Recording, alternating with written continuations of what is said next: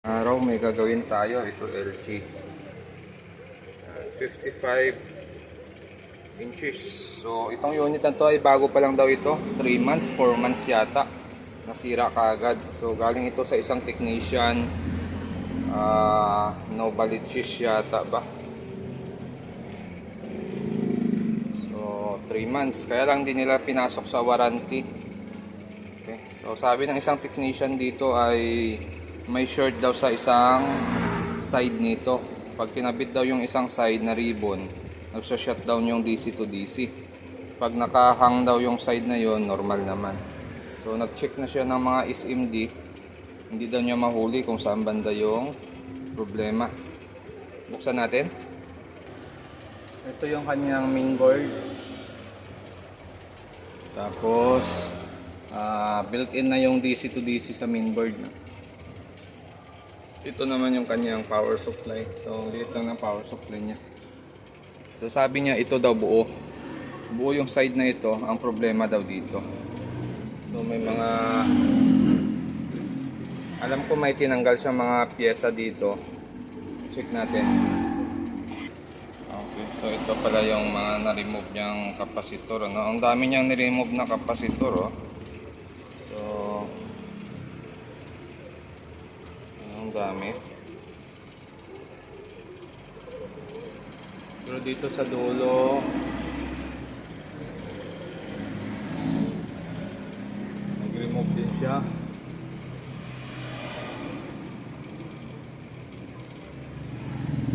Bicom. Bicom 1 bit. Okay. So may IC pala sa isang side dito, no? So, sa isang side, ganun din, meron din siyang IC doon. So, parehas sila ng design sa magkabilaan. No?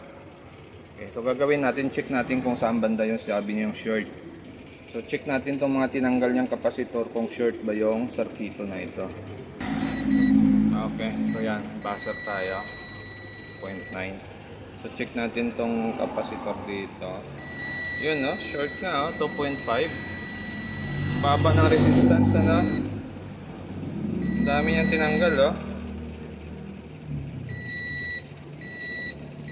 So ayusin muna siguro natin yung mga pinagtatanggal niya dito. Kakamada muna natin to, or check natin kung saan banda yung problema talaga nito. Dito 1.2 ang sukat natin, pero dito 2.5. So medyo mataas ang value dito. Ito 0.9. Ito mas mababa ang value, 0.9 lang. Okay, so hahanapin natin kung saan banda ang problema ng panel na to. Tingnan natin kung makuha natin yung problema niya. Hang natin to. Yan.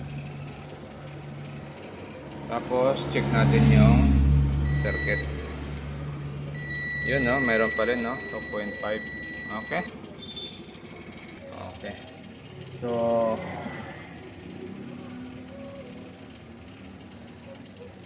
magawa, isi-share ko pa rin to para makita niya at malaman niya kung bakit hindi niya makuha ang problema, no?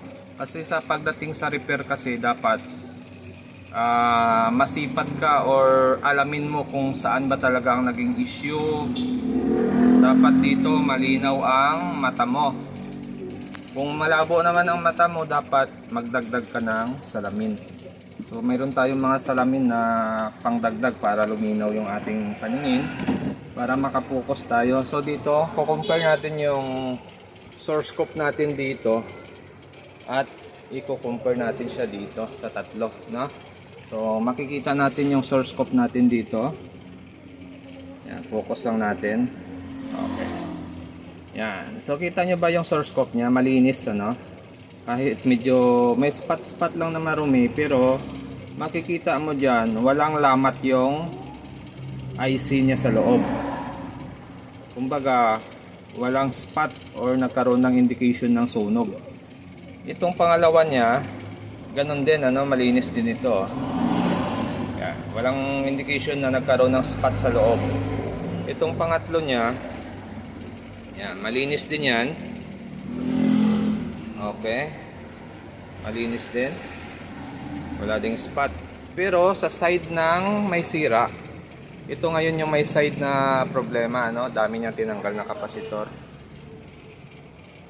Okay, may dumating. So tuloy tayo. Bali dito tayo sa unang source scope ng may damage na side. So tutukan lang natin to. Kita nyo ba yan? Yan, no? Spot ka agad, ano? So pag ganyan, negative na yan, sira na yung IC niyan. Yun, no? Spot to. Kitang kita na kagad yung spot niya eh. Siguro hindi niya natutukan ito. Sunog na yan. Yan. Tingnan natin yung kabilang cough. Yung susunod na cough. Tingnan din natin. Yun, no? Sira din, no? Oh, kabilaan pa yung sira dito, oh. Yan, no? Sunog din yan. May tama din yan. Tapos ito may tama din. So, yung pangalawang cough, damage din. Tingnan natin yung pangatlong source scope niya. Kung malinis. So ito yung pangatlo niya, parang okay, ano, walang tama yung pangatlo niya, malinis. Yun. Malinis tong pangatlo, walang tama. Ito lang ang malaki ang tama, yung pangalawa. Magkabilaan ang sunog nito, yun, no. Tapos yung una, isang side lang din ang may sunog sa kanya. So sa ganitong problema ay negative na yan sa repair. Kailangan mo rito ay banding machine. Papalitan itong source scope. Bali dalawa. Ito dalawa ang tama. Magkabilaan yan. Ito pag kinapa mo pa lang, oh, ramdam mo na siya pag kinapa mo na magaspang yung sunog niya. Ito, oh, ito isa lang ang may tama dito. Yun, ito lang.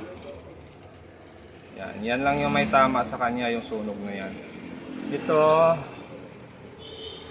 sana. Ito, malinis ito. Walang tama ito. Yun, okay siya. Yun. So, sabi ko sa kanya, i-check niya yung source scope. Baka may sunog.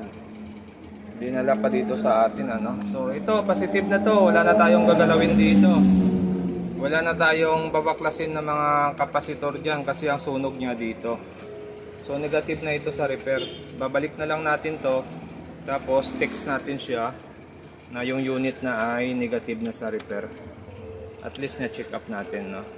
So ito may tama isa. Saka ito dalawa.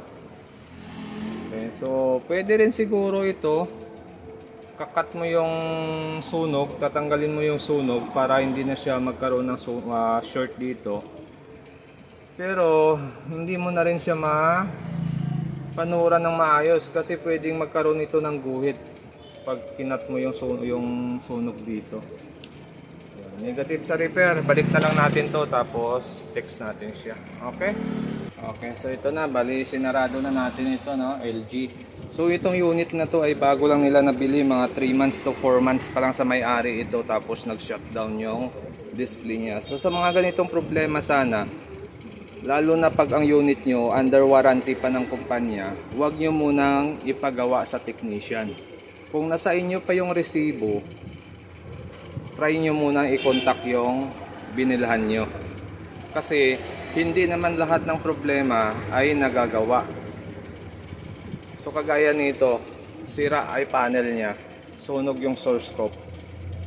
So kung pinasok nyo ito sa warranty niya, baka nagawa pa yung unit, napalitan pa ng kumpanya yung glass nito.